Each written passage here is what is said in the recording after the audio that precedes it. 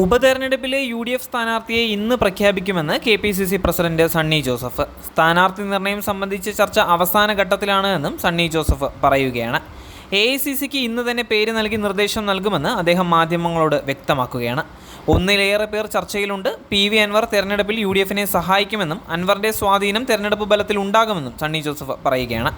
കോൺഗ്രസ് തികഞ്ഞ ആത്മവിശ്വാസത്തിലാണ് എന്നും എല്ലാ വിഭാഗത്തിൻ്റെയും പിന്തുണയുണ്ടാകുമെന്നും സണ്ണി ജോസഫ് പറയുന്നുണ്ട്. ഇന്ന് വൈകുന്നേരത്തോടെ പ്രഖ്യാപനം ഉണ്ടാകുമെന്ന് UDF കൺവീനർ അടൂർ പ്രകാശും വ്യക്തമാക്കി. UDF തികഞ്ഞ ആത്മവിശ്വാസത്തിലാണ് എന്നും നല്ല ഭൂരിപക്ഷത്തിൽ വിജയിക്കുമെന്നും അടൂർ പ്രകാശ് പറയുകയാണ്.